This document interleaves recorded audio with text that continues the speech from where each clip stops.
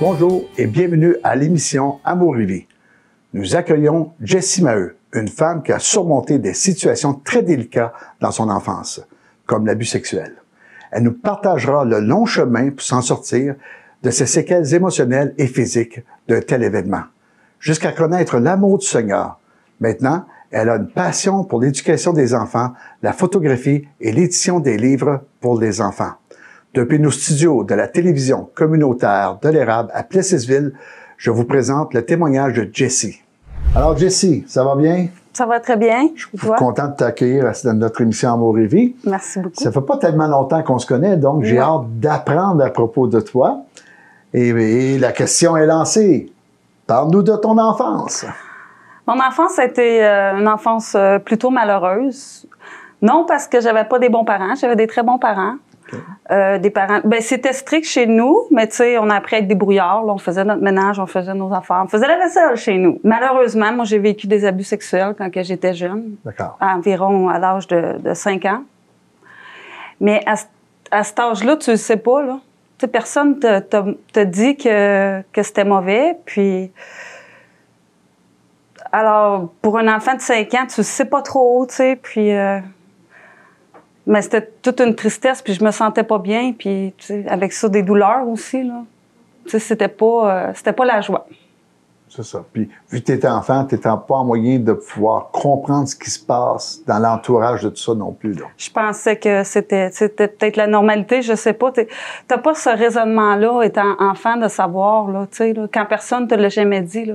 Tu sais, si ma mère m'aurait dit, si quelqu'un veut aller toucher ton personnel, mais tu sais, ça n'avait pas été un sujet là, dans notre famille. D'accord.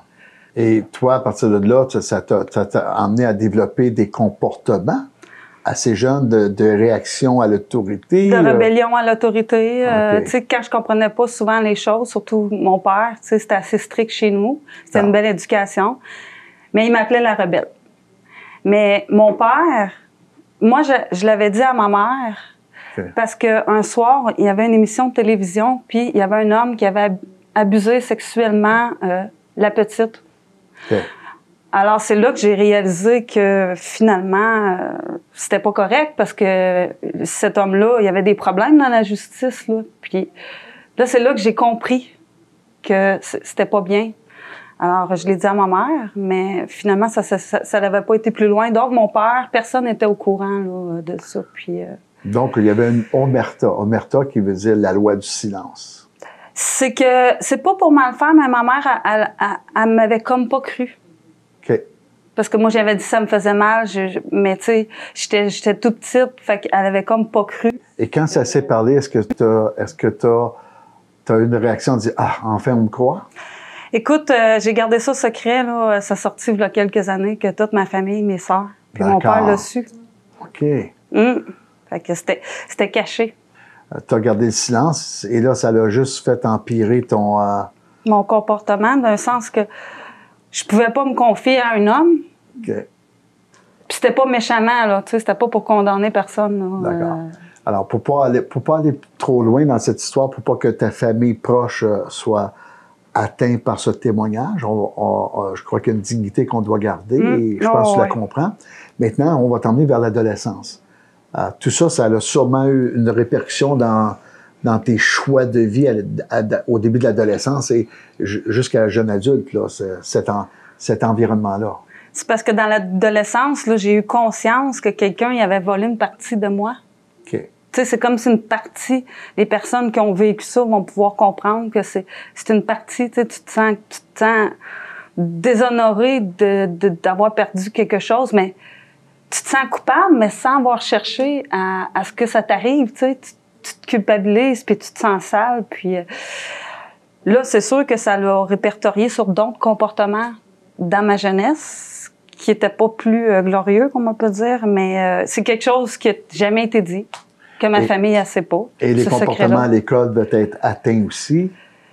Ou ça allait bien à la petite école ou l'école secondaire? J'avais caché ça, mais tu sais, c'était encore en dedans de moi, là. Fait que ça allait... Puis, à un moment donné, j'ai tombé en amour avec un jeune homme. Puis, par malheur, ben lui, il savait pas quel impact ça aurait eu, mais il a dit... je sais pas si tu le sais, mais tu commences... tu commences à être grosse, tu sais, t'es sur la limite d'être grosse.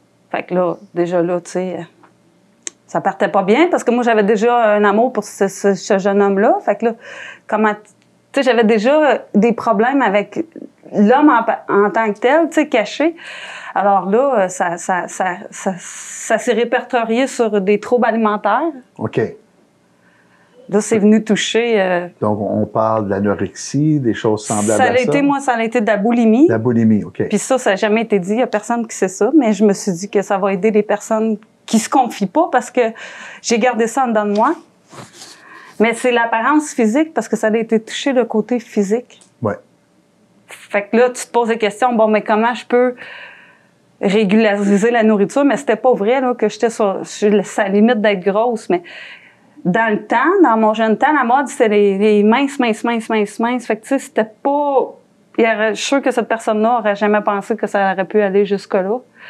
Mais là, ça l'a touché. Parce que j'étais déjà blessée, tu sais, mais cachée. Fait que ça a été juste un pop-up, là. C'est là qu'on voit que la culture vient beaucoup influencer la culture de notre époque.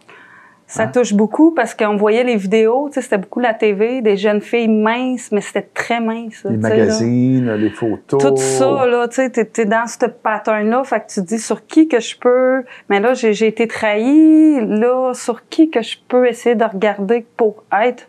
Parce que tu veux plaire à l'autre, mais en fin de compte, je pense que c'est l'apparence physique. Alors, comment tu peux régler ça, ce problème-là? En dehors des troubles destructeurs contre ta personne, parce que c'est un trouble destructeur quand même. C'est très dommageable.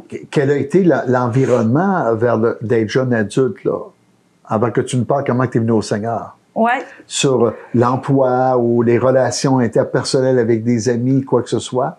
Mais quel genre d'impact? C'était bien, mais c'était tout caché au fond de moi parce que l'apparence était soignée, tout était ordonné, tout était bien caché. C'est une honte de dire que tu as ce problème-là. Tu ne vas pas te confier à quelqu'un, comment pourrait-il régler ce problème-là? Fait que toi, tu essaies de te régulariser, mais tôt ou tard, tu te fais prendre. Parce que ce problème-là, c'est que c'est dans ton estomac, puis toi, il faut que tu manges 3 fois par jour. Fait que tu es toujours constamment avec ce problème-là. D'accord. Alors, tu te confies pas à personne, mais là, tu dis, OK, mais tu deviens esclave de ce trouble de comportement alimentaire. Tu es esclave. Au début, c'est comme un jeu. Tu essaies de contrôler tes gènes, mais là, tu n'as pas compris l'impact. Tu n'as pas compris que là, tu es plus capable de contrôler ça. Piégé par le jeu.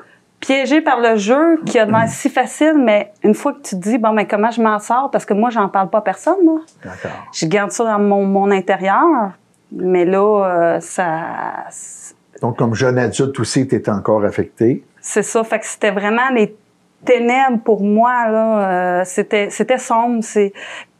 Parce que je me suis pas confiée à personne. OK. Juste pour assurer nos téléspectateurs, c'est que Jessie, avant d'entrer en émission, elle me partageait qu'elle sentait de pouvoir nous révéler cela. Et je lui ai demandé si elle était confortable. Elle m'a dit que oui.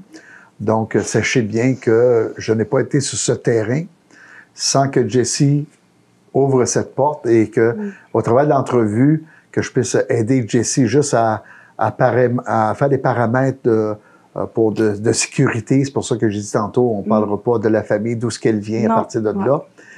Mais Jessie est vraiment libre de pouvoir partager et je te remercie de cette ouverture que tu as. Alors, sinon, on aurait été complètement ailleurs. Alors, merci de pouvoir le dire. Sûrement, des jeunes femmes ont vécu des choses qui écouteront et que ton témoignage pourra les emmener à chercher de l'aide. Maintenant, ceci dit, j'aimerais peut-être, avant de nous dire comment que tu es venu au Seigneur, de parler de ton chant. Parce que tu nous as parlé de ténèbres tantôt, et ton chant qui est, tu traces un chemin que nous allons écouter à ce moment. Tu traces un chemin au Père des miracles, tu tiens tes promesses, lumière dans les ténèbres, mon Dieu, c'est ce que tu es.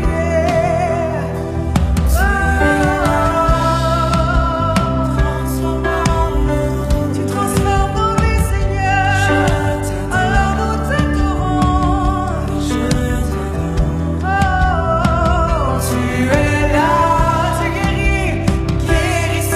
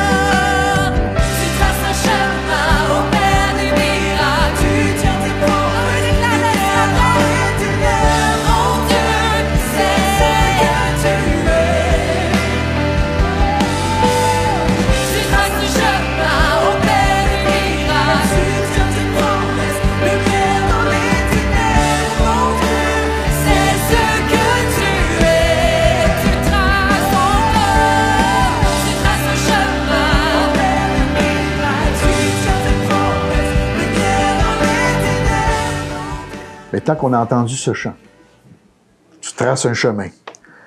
L'histoire de la lumière aux ténèbres, des ténèbres à la lumière. Parle-nous de ça et comment tu es venu au Seigneur, s'il vous plaît. Mais c'est où était le bonheur parce que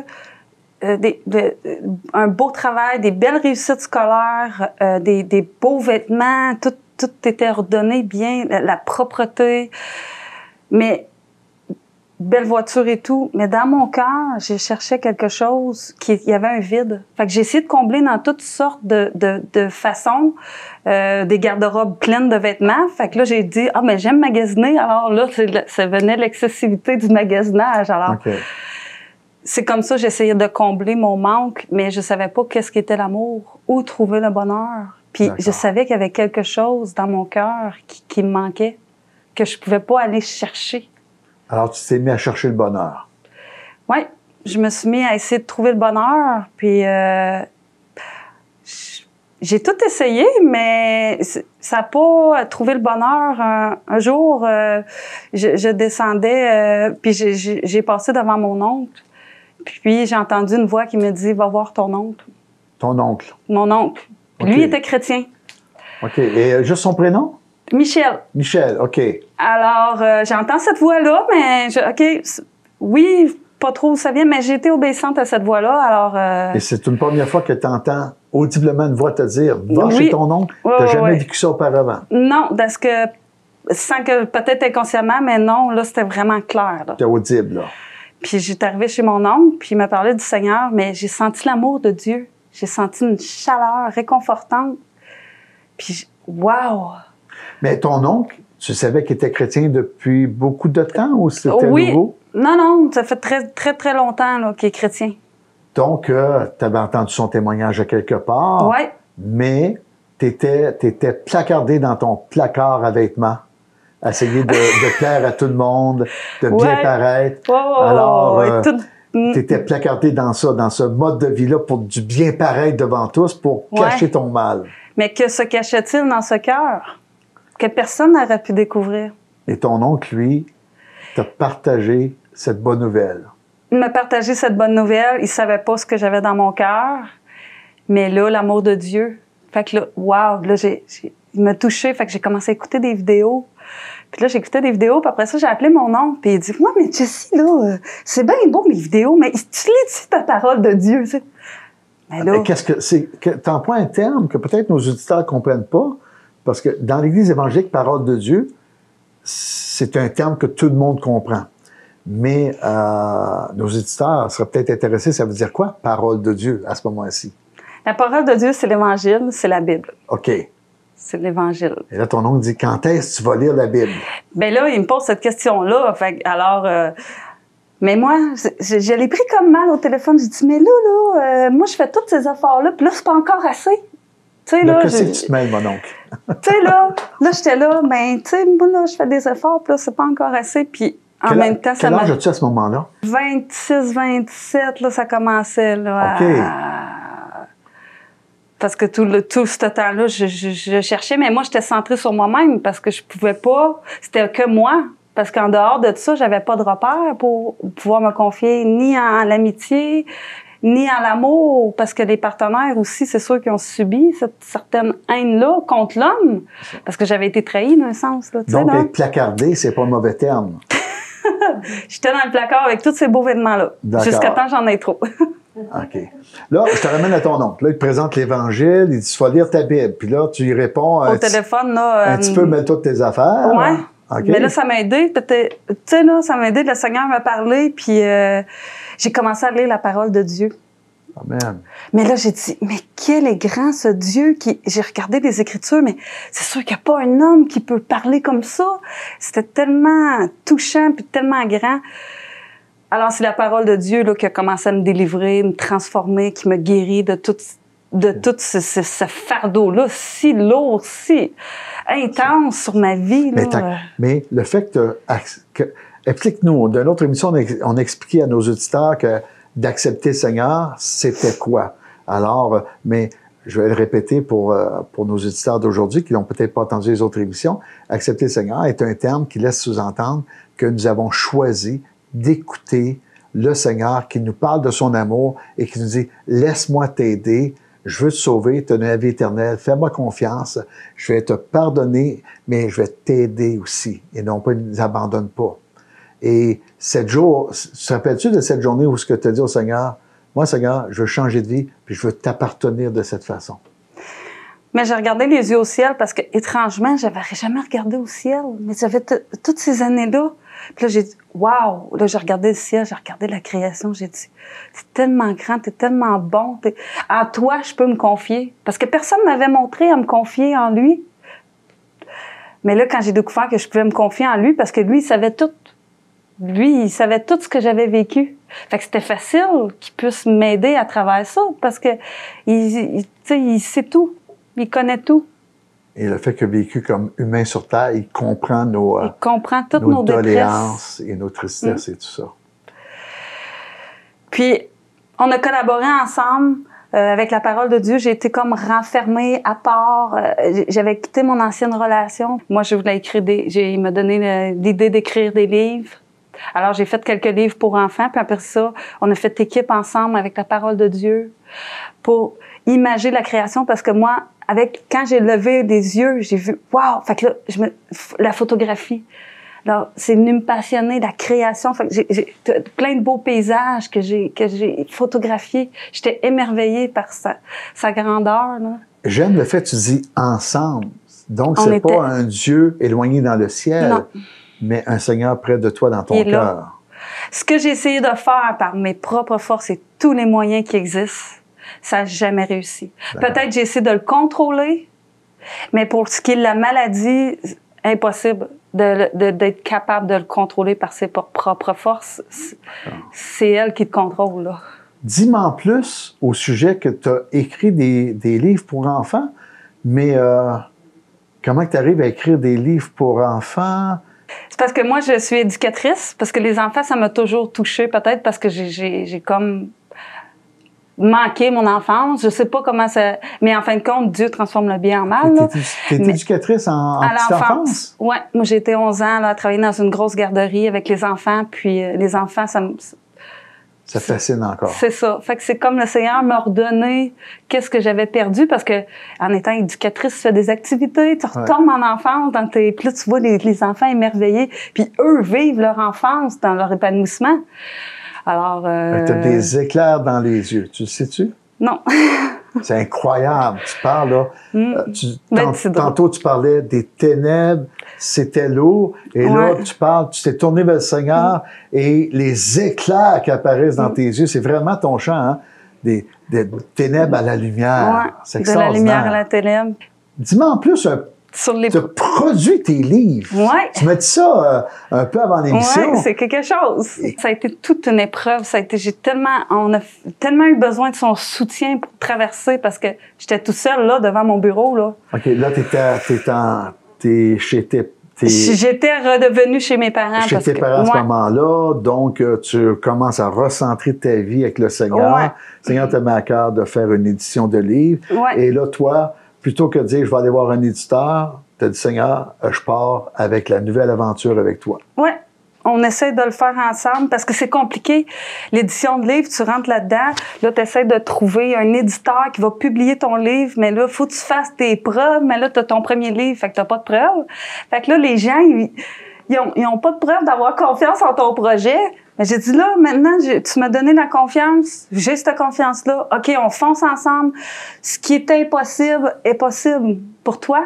Tu te dis le miracle après tout. Hein? Tu m'as délivré, tu sais. Mais est-ce que je comprends qu'avant de venir au Seigneur, les choses impossibles t'étaient impossibles, puis une fois que tu as suivi le Seigneur, ce découragement de l'impossibilité est venu ouvrir un chemin? J'ai fait tout ce que j'aurais pas pensé faire. Parce qu'avant, c'était comme intérieurement, je me sentais pas bien. J'avais toujours une lourdeur parce que c'est des choses qui étaient cachées, tu sais, personne ne savait. Puis cette lourdeur-là me rendait malheureuse. D'accord. J'étais tellement malheureuse, puis je savais pas pourquoi. Et là, le vide. Mais le Seigneur, il a... Maintenant, je sais que tu es mariée. Oui. Bon. Et j'aimerais, parce que tu dis, j'avais pas confiance en l'homme. Non, c'était OK? désastreux, là. Et un homme avec un grand H majuscule, probablement, là. Tout, tu sais. tout, Les tout, autorités tout. masculines et tout ça. Tout. Et maintenant, tu es marié. Quelle transformation! Quelle transformation! Puis des fois, les mauvaises tendances ont le goût de revenir. Puis le Seigneur, il a calfeutré ça. Il a donné la paix puis l'amour dans notre foyer. Ce que j'avais jamais vécu. Puis un homme extraordinaire, parce que moi, j'avais tout abandonné, là. Tu as perdu espoir. J'avais tout abandonné. Puis aussi pour le Seigneur, me recentrer parce que je savais que lui pouvait faire, tu sais. Fait qu'un mariage extraordinaire. Puis le Seigneur, moi, j'étais centrée sur moi, mais maintenant, j'étais capable d'aller aider les autres. Alors, on a fait des voyages humanitaires avec ma mère pour aller dans les pays pauvres parce que moi, c'était toujours moi. Ouais. Alors, j'allais pas partager un 5 $ à quelqu'un, là. Voyons, moi, je travaille pour tout ça. Puis avec toute ma vie, qu'est-ce que j'ai vécu, tu sais, non, là, c'était tout pour moi. Mais là, c'était tout pour les autres. Et voyage humanitaire, ça consiste en quoi? C'était que moi puis ma mère, on avait la même passion de la photographie, puis on avait la même passion d'aller partager pour les enfants pauvres. Fait qu'on avait trouvé des toutous, puis aller partager mes livres. Et puis quand on s'est rendu compte, les enfants, il n'y avait pas de salle de bain, il n'y avait pas de toilette, mais tu voyais le sourire dans les enfants, ce qu'on voyait pas des fois dans toute cette belle richesse qu'on a. Ouais. Des fois, les enfants peuvent être plus malheureux, mais tu voyais, waouh, comment ça, ils ont pas qu'est-ce qu'on a, puis ils sont plus heureux que... Waouh! Aller partager, j'ai trouvé que c'était... Waouh, maintenant, c'est le partage. C'est presque plus rien pour moi, c'est partager pour les autres, parce que c'est l'amour. Mais les enfants, voir les enfants, des petits crayons, des toutous. Puis aussi, pour les parents, on apportait la parole de Dieu. C'était surtout les revues Esperanza, là, puis des bibles en espagnol, parce qu'on savait que la langue était... à Cuba, bien sûr. Pour respecter leur langage, ils étaient vraiment touchés. Là, Mais j'aimerais te ramener sur quelque chose qui me semble tellement extraordinaire. Une fille de ville qui marie un fermier. Mais j'étais en semi-campagne. Puis en plus, moi, j'avais dit, moi, je veux pas d'agriculteur parce que moi, ma mère, c'était ça son rêve, d'avoir une petite fermette. Puis mes deux sœurs aussi. Moi, j'ai dit non, je veux pas d'agriculteur. J'aime voyager, puis ils travaillent 7 jours sur 7. Puis moi, là, ça m'intéresse pas. Et puis le Seigneur, il dit, OK. Mais je savais qu'il était travaillant. Moi, j'aimais les hommes débrouillards, que, tu sais, s'il y a des affaires qui brisent, c'était pas dans le pétrin, parce que là, moi, j'avais besoin de quelqu'un qui l'idait, tu sais. Ouais. Qui soit autonome, puis que si je suis dans le problème, qu'il puisse m'aider. C'est ça que toute femme veut, hein, tu sais, là. Ben, en général, on essaie d'avoir quelqu'un qui va pallier à nos faiblesses ou les choses qu'on est capable de faire moins bien, là. Alors, ça fait que le beau Peter est arrivé. Une rencontre divine. Puis au début, moi, je savais que j'étais chrétienne, alors j'avais mis ça dans les mains du Seigneur. J'ai dit, Seigneur, c'est pas comme d'habitude. Je veux être patiente, faire attention pour que ce soit vraiment de l'amour. L'amour que je n'avais pas connu. C'est ça. Puis, j'ai entendu, puis au début, tu sais, ça n'avait pas trop d'intérêt, c'était de l'amitié, tout ça. Puis, mais là, le Seigneur a développé tout ce bel amour extraordinaire, qu'elle est de plus en plus belle à chaque jour. Complètement transformée, une femme douce, paisible, une femme là, tu sais. Si tu avais un dernier mot à dire sur ton chemin de vie, qu'est-ce que tu dirais? Malgré toutes les choses qu'on peut vivre difficilement, des fois, on pense qu'on est les seuls qui vivent. Mais il y en a d'autres qui sont dans les mêmes situations, de pas toujours se recentrer sur nous. Puis d'aller chercher de l'aide quand on a besoin, mais la meilleure aide est en notre Dieu. C'est lui qui va apporter les solutions. Lui a fait le pas pour venir nous chercher. Il a donné son Fils pour toutes les souffrances puis les détresses qu'on peut vivre. Alors, c'est à nous d'aller faire un pas pour lui demander « Aide-moi ». Tu sais, quand on sait cette solution-là puis qu'on est dans la détresse à la fin de tout, puis qu'on voit noir, mais Seigneur, je crie à toi, aide-moi, parce qu'il y a toujours sa main. Il y a toujours sa main pour nous. Un gros merci pour ce beau témoignage. Ça a vraiment été chargé d'émotions. Nous avons entendu l'histoire touchante de Jessie Maheu et à quel point le Seigneur l'a aidé à trouver le bonheur. De la même manière, Jésus a changé la vie de Jessie et peut le faire pour vous aussi. Donc, je voudrais prier maintenant pour chacun d'entre nous.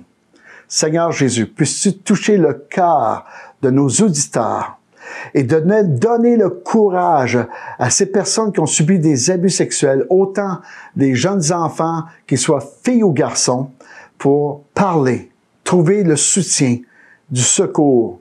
Et je les encourage, Seigneur, à se tourner vers toi comme Jessie l'a fait pour que le vide soit comblé et qu'ils puissent trouver le bonheur. Je remets cette prière dans ta présence au nom puissant de Jésus. Amen. Si jamais vous voulez visiter notre église de Victoriaville, vous serez les bienvenus.